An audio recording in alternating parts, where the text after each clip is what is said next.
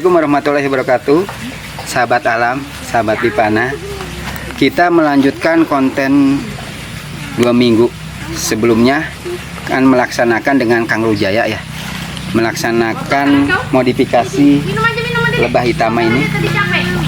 Di mana lebah hitama ini yang tadinya toppingnya 1 ini dengan sudah adanya telur naik ke topping sama kantong madu itu akan mempengaruhi si lebah dalam pembuatan topping madu, sehingga Kang Rujaya kemarin memodifikasi dengan meningkatkan, menambah lagi topping yang ada jadi 2 tingkat.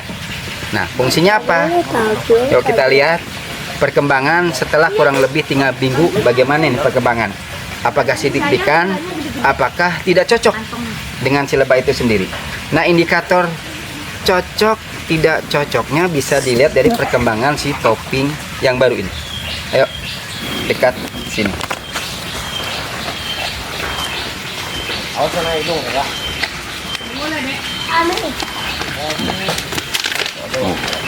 Ya.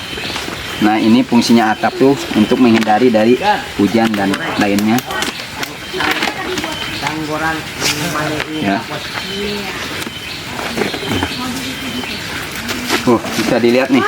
Nah, indikator salah satunya dia sudah memprotek oleh resinnya itu sendiri, lengket.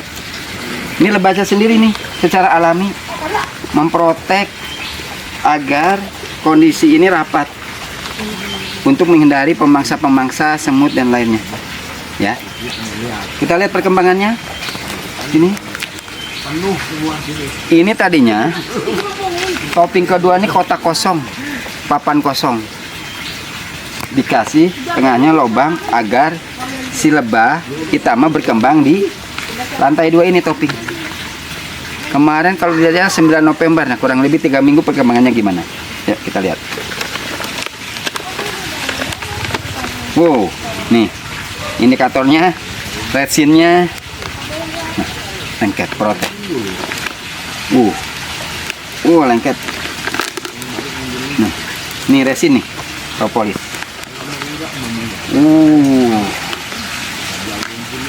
Nah, ini menandakan bahwa di lingkungan ini Vipana Farm untuk ketersediaan komponen resin getah sangat tersedia. Karena dalam 3 minggu sudah serapat gini proteksinya. Nih, kita lihat.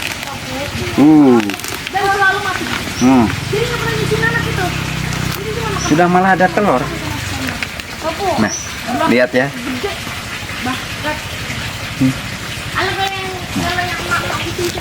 Kesehatan lebah bisa lihat dari corongnya dulu. Ini corong terbuka lebar, berarti kenyamanan. Nah, ini corong ini protek. Kalau dia kuncup berarti lebah tidak nyaman. Nah, kita lihat. Nih, ini tanpa sengat ya, walaupun nempel ya. Ini perkembangannya yang ada. Topping baru. Dia mau mulai kantong madu 3 minggu. Nah, kita lihat. Protek. Dia akan menaikkan nanti titik-titik madu. Sudah mulai dia buat nih telur. Nah, seperti ini. Ya. Jadi memang berarti secara kondisi modifikasi yang kita buat secara garis besar sukses.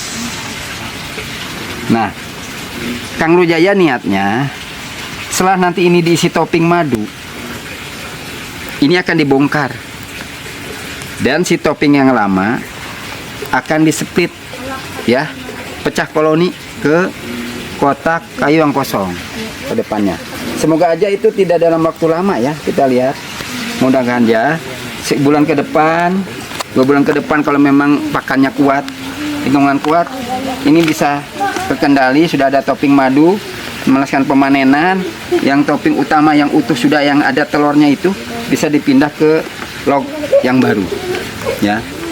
Nah, ini lihat ya, indikator-indikator yang ada nih proteksi, dia langsung memproteksi setelah kita buat ya. Kita grafik ya. Nah, ada himbauan untuk menikmati lebah trigona utama tuh usahakan harus pakai baju terang seperti ini ya. Kalau pakai baju gelap itu dia senang. Dia senang yang ke gelap, ke rambut, kemana dia akan nempel seperti ini. Ya, dia nggak nyengat, ramah. Nah, bagi nanti yang meminat budidaya lebah tuh sesulit apa sih? Nah ini contohnya, nggak sengat, ramah, seperti ini. Nanti kita bisa icip-icip langsung di topping yang lain karena madu tersedia masih di topping pertama. Nah dia kalau ke rambut makanya ke halis, ke bulu-bulu dia menyerangnya tuh, kumis, jenggot, ya. Tapi tidak menyengat tuh, ya. Ini seperti ini. Nah dia kenapa menyerang gini? Karena merasa ancaman, padahal tidak. Kira-kira pemanenan yang baik tuh di hari apa sih? Atau di pagi hari, sore hari, atau siang hari? Nah nanti kita selanjutnya ya materi itu akan kita sampaikan pas pemanenan terus bagaimana ya. Nah kita lihat nih, kita tutup kembali ya karena ini memang masih adaptasi supaya agak kenyamanan. Kita mengkondisikan jangan sampai selalu membuka topping, itu akan mempengaruhi kenyamanan si lebah dalam beraktivitas seperti ini. Nah ini corong, kondisi corong bagus, lebar, itu menandakan agresivitas si lebah itu sendiri. Nih, nah ini log dari alamnya memang berbentuk log. Jadi untuk mempermudah budidaya kita buat topping. Nih, walaupun digigit gini nggak menyengat, ya. Oke ya guys, ini jenis Itama yang sudah dikondisikan hampir 3 minggu. Alhamdulillah pembelajaran modifikasi kita otodidak ya, secara otodidak gimana caranya budidaya lebah madu dengan keadaan yang ada, perkembangan yang ada. Kita harus banyak modifikasi sesuaikan dengan lingkungan yang ada. Kak, ada yang nanya kalau ini misalkan ada yang baru mau belajar tapi mau di Itama, apa saja yang harus disiapkan di rumah? Nah, kalau Itama ya, kalau Itama sangat produktif sekali ya, seperti ini. Jadi harus yang disiapkan itu lingkungan yang utama bebas dari asap, bebas dari pestisida, bebas dari fogging, bebas dari apapun itu, semprotan anti nyamuk ataupun itu lingkungan asap yang bikin selebah itu tidak nyaman. Pertama itu lingkungan memadai. Terus yang kedua ketersediaan pakan. Nah pakan ini bermacam-macam pakan, dari pohon-pohonan, pohon yang mengandung resin getah, pohon yang berpohon buah yang berbunga, terus sama tanaman-tanaman hariannya, bunga-bunganya. Nah itu tidak harus di lingkungan kita karena jelajah cari pakan selebah kan ini menurut penelitian 500 sampai 1 km. Jadi yang utama yang menurut saya tentang lingkungan itu sendiri, jauh dari polusi dan ketenangan, kenyamanan selebah, tidak bising, tidak ada ini, itu salah satu utama yang harus harus disediakan. Dalam budidaya lebah sama seperti saya awal-awal, tidak harus guru musuh, coba dulu satu, lihat perkembangan. Nah lihat perkembangan itu bagaimana, kita membeli lebah kan dengan yang sudah ada, siap budidaya. Nah dalam 1 bulan kita lihat, kita harus potret pertama kondisi si topping lebah pertama itu bagaimana, corong bagian mana pas datang awal, kita potret. Dan tiap hari harus mengontrol aktivitas lebah ada tidak. Kalau tiap hari ada, dengan dia macam aktivitas dengan membawa polan di kaki, itu menandakan lebah udah beradaptasi dengan lingkungan. Nah si lebah ini keren, dalam baru datang aja dia dikondisikan tenang dulu, beberapa jam dibuka pintunya dia sudah lihat, sudah mencari pakan baru dan membawa pakan ke dalam si sarangnya itu sendiri, asal memang si kondisi alamnya memadai, pakannya memadai. Nah indikatornya itu sehari 2 hari dia akan memanjangkan topping corong ini, karena waktu pengiriman corong akan dipotong, ditutup ya, akan ditutup. Iya. Ini kenapa nempel ya? Karena dia mengandung resin itu. Nempel-nempel. Ya. Nah, ini untuk anak-anak nih, nggak berbahaya nih lebah ini ya. Untuk anak-anak nih, lebah ini nggak berbahaya, nggak nyengat, ya. Ya, nggak nyengat tuh.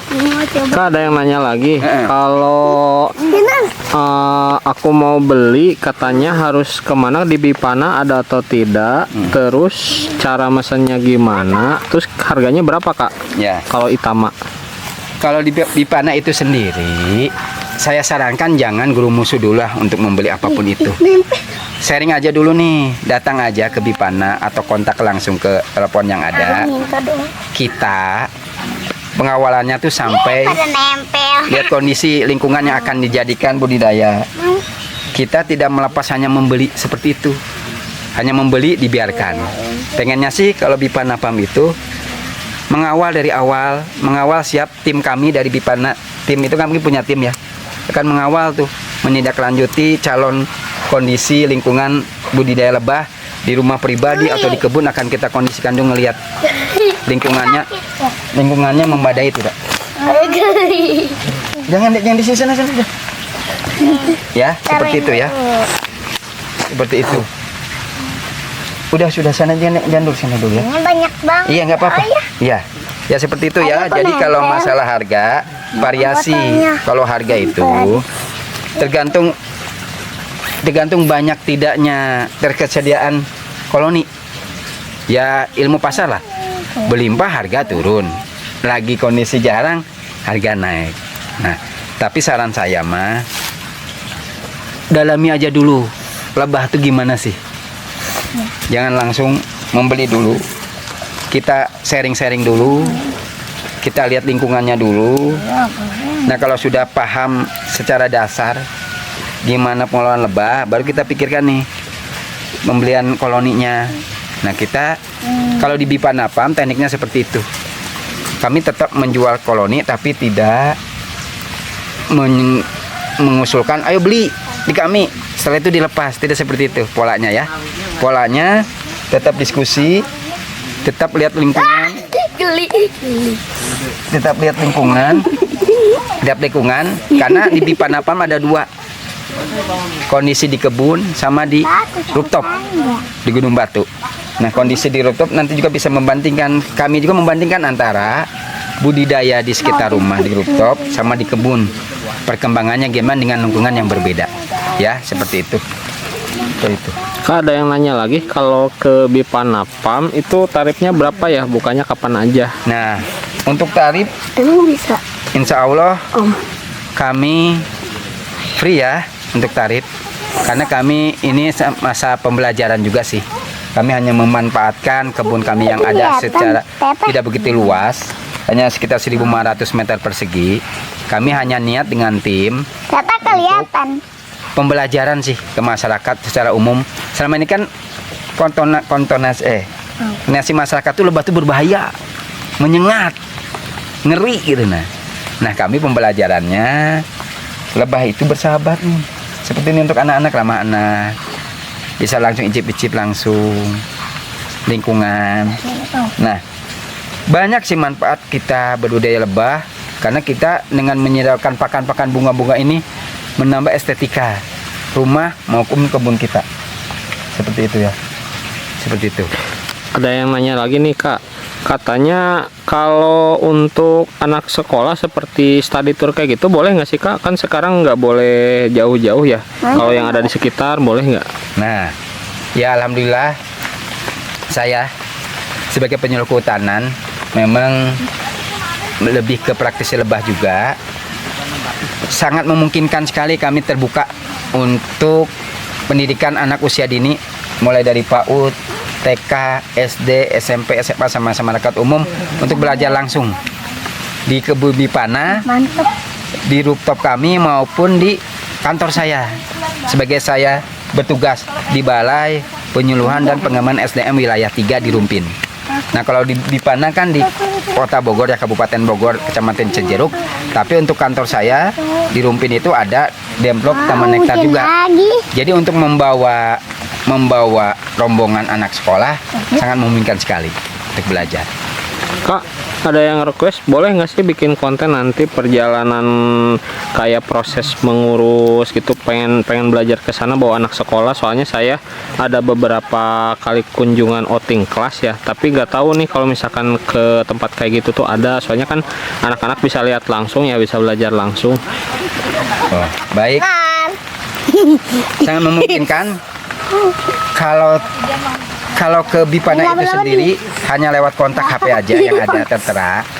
Tapi kalau untuk berkunjung ke kantor saya di Balai Penyuluhan SDM, karena ada organisasi itu ya, kantor UPT di bawah Kementerian Kehutanan, bersurat resmi sebelumnya dengan jumlah kunjungan berapa orang, mau tanggal berapa, dan mau mempelajari apa, seperti itu. Kak, kalau Itama itu sebetulnya potensi bisnisnya bagus ke sih Kang? Soalnya saya bergerak di usaha e-commerce dan ada beberapa produk juga saya yang sudah jalan.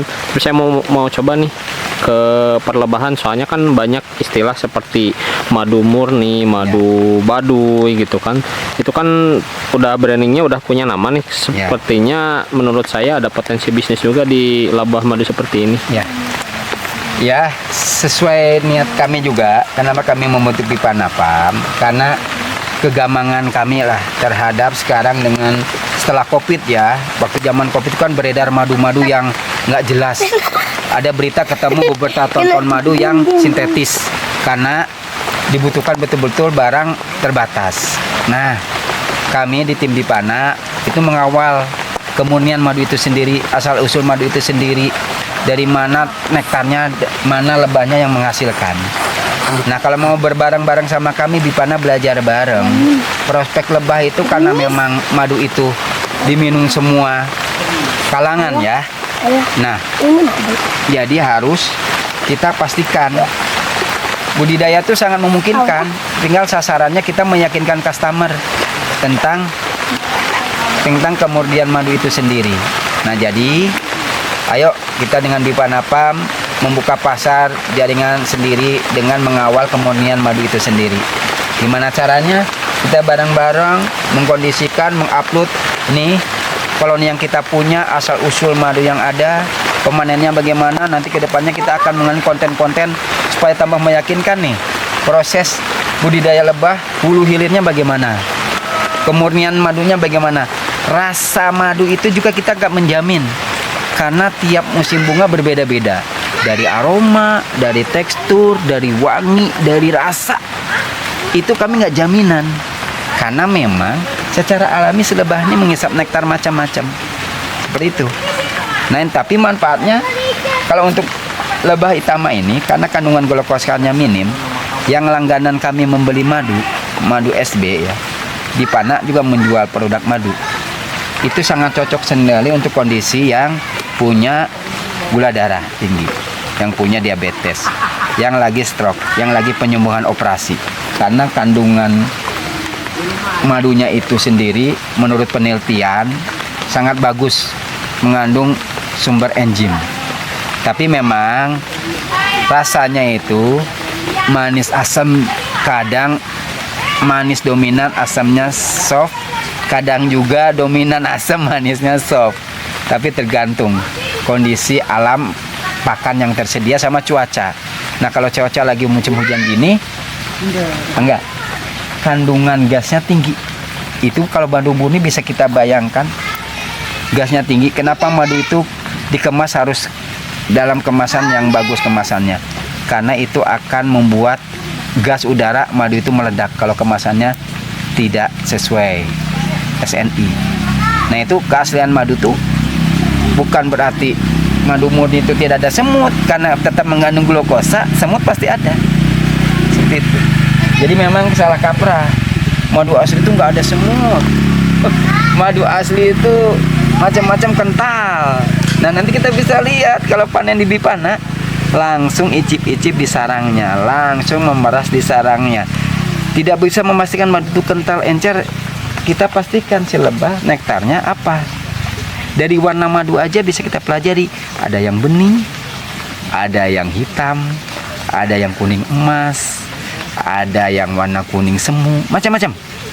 Nah itu nggak bisa kita prediksi si lebah ini akan ini mana. Nah itulah kerahasiaan Allah menciptakan si lebah anahal ini dengan berbagai macam manfaat. Kita bisa tahu nih. Nanti kita sih kedepannya akan beberapa pembelajaran sih. Kedepannya kita akan ada kalender panen di bulan ini nih. Dominan rasa apa sih si madu itu? Dominan ini nih bulan pertengahan tahun rasanya apa? Semoga kita sama-sama pembelajaran, ada beberapa pembelajaran harus kita catat sebagai penelitian juga sih. Dengan lingkungan yang ada kondisi ini, merubah rasa madu nggak sih gitu? Merubah produktivitas. Yang paten tuh kapan sih, bulan mana sih? Pas panen rayanya gitu loh. Nah kita nanti bisa jadi pembelajaran. Karena Bipana ini baru berjalan sekitar 2 bulan ya. 2 bulan berjalan. Jadi kami masih belajar juga. Tapi kedepannya karena memang niatnya temanya edukasi lebah dan tanaman organik, pelan-pelan kita menyiapkan kondisi yang ada nih. Dari pakan, dari jenis lebah, dari jumlah koloninya itu sendiri, dari tempat kita kondisikan. Nah, tidak menutup kemungkinan ya kedepannya akan ada camping ground, akan trekking, akan beberapa macam, akan turunan madu. Ada minuman kayak kata saya tadi, ada pala madu, rosella madu, teh madu, kopi madu, semua yang berhubungan dengan madu dan dipastikan kemurniannya. Seperti itu. Ada yang nanya lagi nih Kak, aku pernah beli madu sarang, tapi bentuknya dia kotak nggak bulat kayak gitu, itu gimana Kang? Yang barusan dibuka kan bulat-bulat gitu Kang? Oh iya, nah itu tergantung. Itu madu sarang apa tuh yang dibeli waktu itu? Ntar kita tunggu dulu. Aku pernah beli online, katanya dia itu rasanya manis, pokoknya bolong-bolong kotak gitu. Tapi yang itu mah kayak anggur ya. Kok beda sarangnya ya? Apa saya salah beli apa gimana Kang? Nah itu kalau jenis madu sarang itu lebih ke jenis-jenis madu hutan dorsata, madu sengat, madu api serana. Ya itu yang madu sarang yang sering ditemuin. Memang juga perlakuannya harus kedap udara, karena namanya perlakuan madu murni di alam itu kan itu heksagonalnya lilin ya kalau madu apis ya. Nah itu kan kalau dengan reaksi udara dia akan, kalau segelnya udah terkupas dia akan menciut, dia akan terformasi gas, itu riskan akan kena bakteri. Nah perlakuannya juga ke depan kami juga akan memungkinkan madu-madu apis serana akan kami kemas, akan kami vakum, memastikan bahwa si madu itu panen dari kami kemurniannya. Nah kalau jenis-jenis itama, jenis trigona itu untuk memanen madu sarang tuh tidak memungkinkan menurut saya, karena kan satu sisi kita membangun kantong madunya itu sendiri memakan waktu. Jadi untuk jenis-jenis trigona kami hanya memanen madunya sama di polennya. Jadi untuk sarangnya ada beberapa tertentu rekanan kami, karena itu kantong madunya mengumpulkan propolis, itu dia khusus mengumpulkan propolisnya di madu trigona lepisep, biroi maupun itama.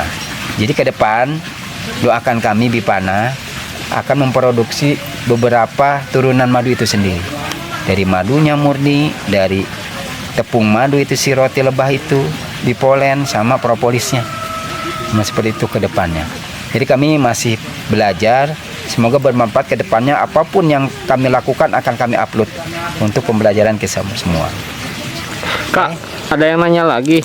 Aku pernah punya yang kayak gitu dari teman. Terus aku juga udah lakukan cek harian, tapi aku nggak tahu apa aja yang dilakukan. Cuman sekarang kondisinya mereka kabur, tapi dia masih menyisakan propolis gitu. Itu berarti dia kembali lagi atau enggak? Terus aku pengen dilihatin dong cara ininya supaya aku nanti beli nggak salah lagi gitu. Cara hariannya itu dalam satu hari kita harus ngapain aja, yang dicek apa aja. Mau dipraktekin dong Kak? Terima kasih. Oke. Siap. Nah, kita memang budidaya keuntungan lebah tuh kita tidak ngasih pakan ke si lebah. Beda kalau kita budidaya hewan lain, misalnya kelinci, ayam, sapi, kambing dan hewan lainnya harus diberi pakan. Jadi kita pastikan pakannya tersedia kalau hewan lain. Tapi kalau si lebah, khususnya trigona itama ini, Dan apis yang lainnya, apis serana dosata. Kalau apis mellifera kita bisa ngasih pakan tersendiri. Tapi kalau jenis lebah lain tidak bisa. Nah, kondisi yang harus kita cek tiap hari, tidak harus lama, sisihkan waktu 5 menit aja.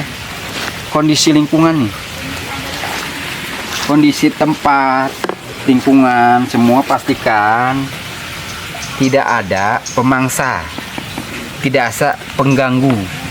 Walaupun bukan pemangsa, kadang ada hama pengganggu. Contohnya kira-kira semut. Nah, pastikan ini semut tidak ada. Nah, bisa juga dikondisikan ini kasih air untuk semut.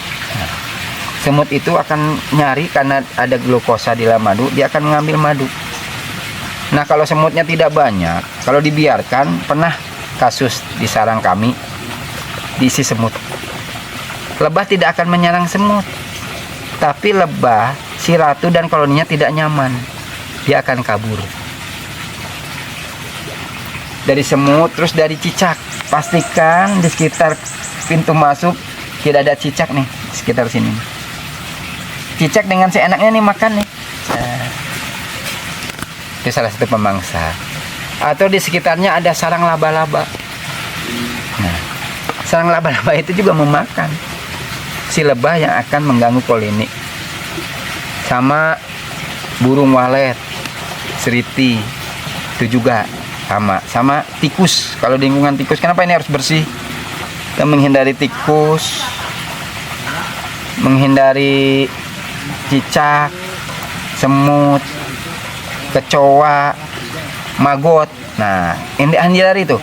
Kalau kita budidaya dekat peternakan ayam, pas panen itu maggot, hati-hati. Maggot itu kalau sudah masuk menyimpan larvanya di dalam, kami sudah ketemu kasus seperti itu. Sisiran si lebah itu, larva maggot masuk, berkembanglah dengan menggoroti si larva lebah itu sendiri.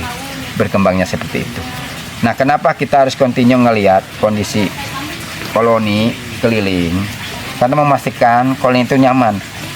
Indikator koloni nyaman, corong. Kalau corongnya lebar, terbuka lebar, keluar masuk agresif seperti ini, nah berarti lingkungannya nyaman, si lebahnya nyaman. Lihat tuh ya, corongnya. Saya punya kasus corongnya kuncup, tapi tak lihat si lebahnya masih ada di dalam. Berarti ada gangguan di sekitar nih. Kadang ada kodok nyantai, kasus tertentu ada cicak, semut. Rupanya di dalam ada semut, makanya dia memprotek keluar masuknya pintunya, kuncup. Nah, itu indikator kasat mata ya. Kalau tentang lebah trigona itu lihat corong. Kalau corongnya terbuka lebar, semakin lebar bagus memang ini, berarti kondisi dia semakin nyaman keluar masuk. Tapi kalau corongnya kuncup, nah kita indikator ngelihat secara komprehensif nih, dilihat di sekitar apakah ada gangguan semut, apakah di dalamnya ada ulat larva, maggot atau apapun, kita lihat kondisikan.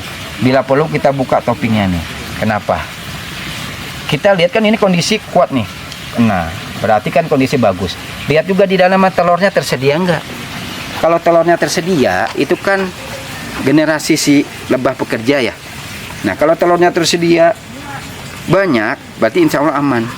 Karena waktu lebah pekerja ini menurut peneliti, lebah pekerja ini umurnya hanya 3-6 bulan.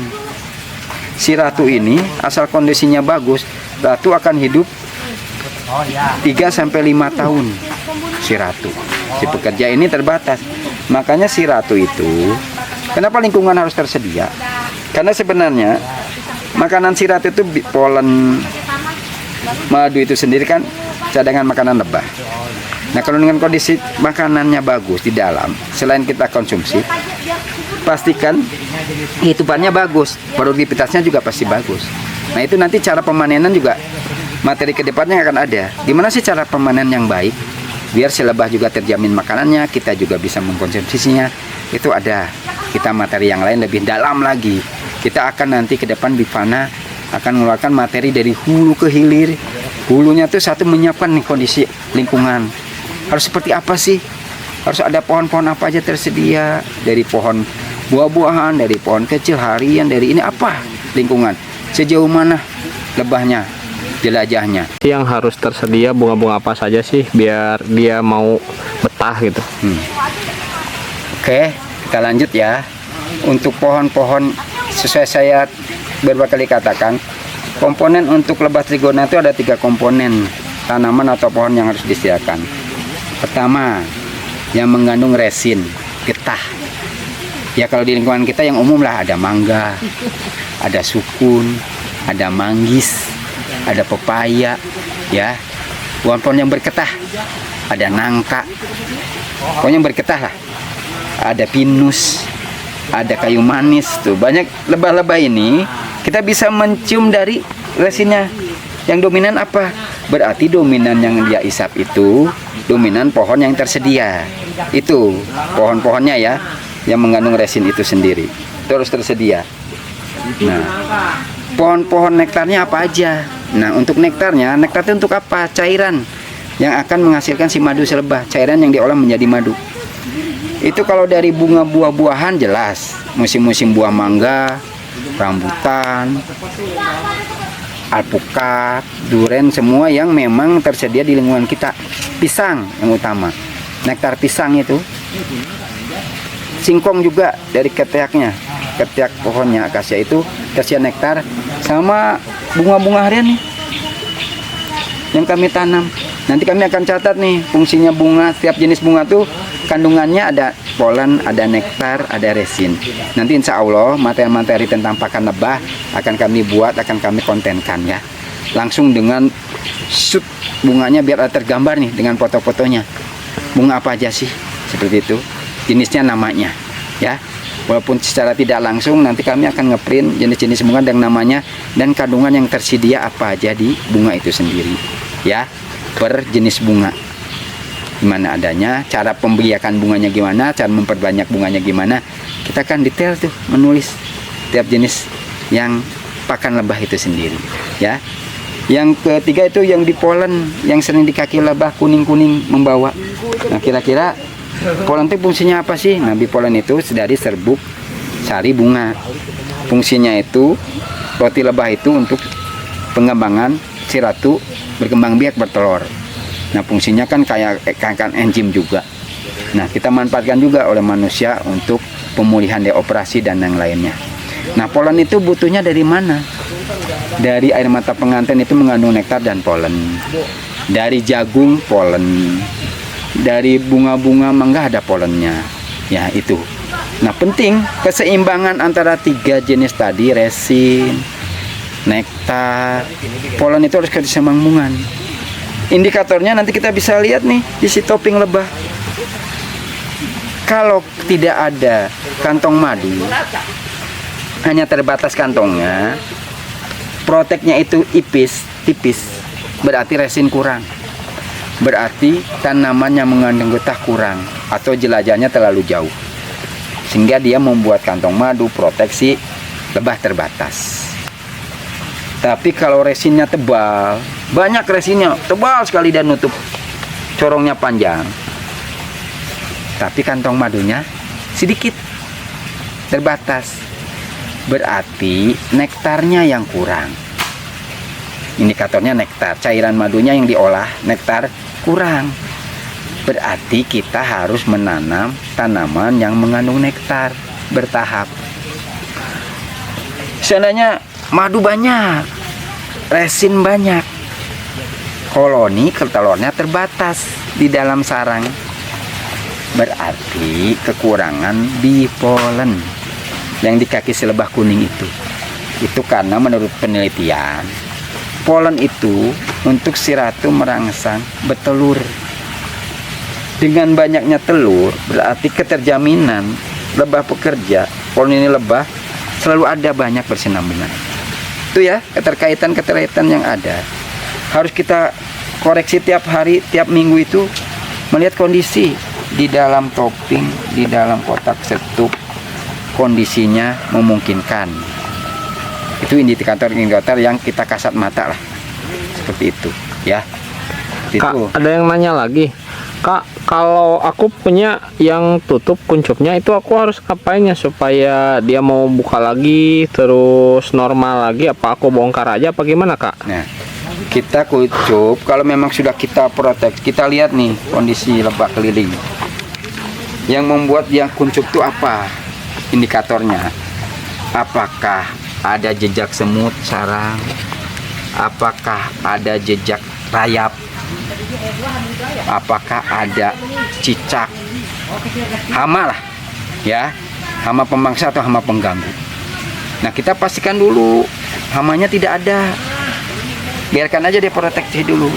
Pastikan hama tidak ada, tapi pastikan di dalam topping ini ada aktivitas si lebah.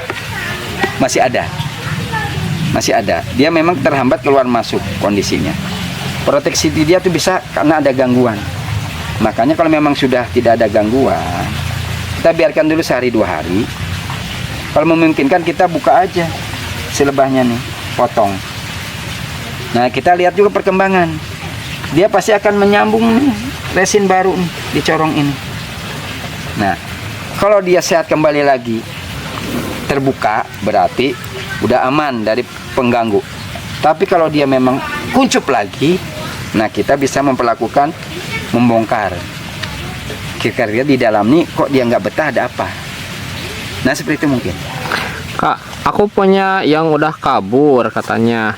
Tapi itu bisa diisi lagi apa enggak sih, Kak? Misalkan saya tuh mecah koloni, diisi log kosongnya bisa diisi lagi nggak ya? Nah, log kosong itu deh. Agresif nih. Nah, untuk log kosong disimpan aja dulu. Nanti paling tidak itu untuk modal kita untuk pemecahan koloni yang ada. Paling tidak, kan apalagi jenis itama dia harus mempunyai log, mengkondisikan suhu dan yang lainnya. Jadi kita nanti bisa menyimpan aja dulu, tapi tetap dikondisikan jangan sampai kena hujan, membuat si log itu basah lembab. Karena si lebah itu tidak senang rumahnya itu terlalu lembab basah. Jadi simpanlah log yang kosong itu, perlakuannya sama seperti log yang ada. Dan pastikan tidak kena sarang semut menjadi sarang semut, tidak menjadi sarang rayap dan yang lainnya. Saya juga menyimpan log-log kosong ke depannya. Ini akan memecah koloni. Kita coba nanti cek. Nah, nanti satu lagi materi yang akan ada lagi, cek calon ratu lebah dengan melihat komposisi telur lebah yang ada. Mana sih yang calon ratu? Mana sih yang memungkinkan pecah koloni? Ya, nanti kita akan kupas tuntas karena kami sempat memecah koloni di jenis Lepisap sama Biroi. Itu bagus, tinggal memecah telur tua dipisahkan ke kotak step baru, ada perlakuan sukses. Tapi kalau memang itama ini agak riskan karena dia kondisikan kondisi log sesuai tinggal dengan yang dia tinggal. Nah, makanya kenapa log-log yang udah dikabur itu perlu disimpan, karena itu mengkondisikan memungkinkan kita bisa memecah koloni. Walaupun memang faktor kegagalan kesuksesan itu tetap ada, tapi kita seminimal mungkin mengkondisikan lingkungan sesuai lebah mau. Seperti itu. Oke, cukup kayaknya. Ya, semoga nanti konten berikutnya komentar saja. Mau pembahasan tentang apa, bisa komen nanti sedetail mungkin. Kalau memang tidak sempat berkunjung ke Bima Napam, bisa kontak atau komentar di channel ini. Oke. Dah, salam sehat, madu terus pantang mundur.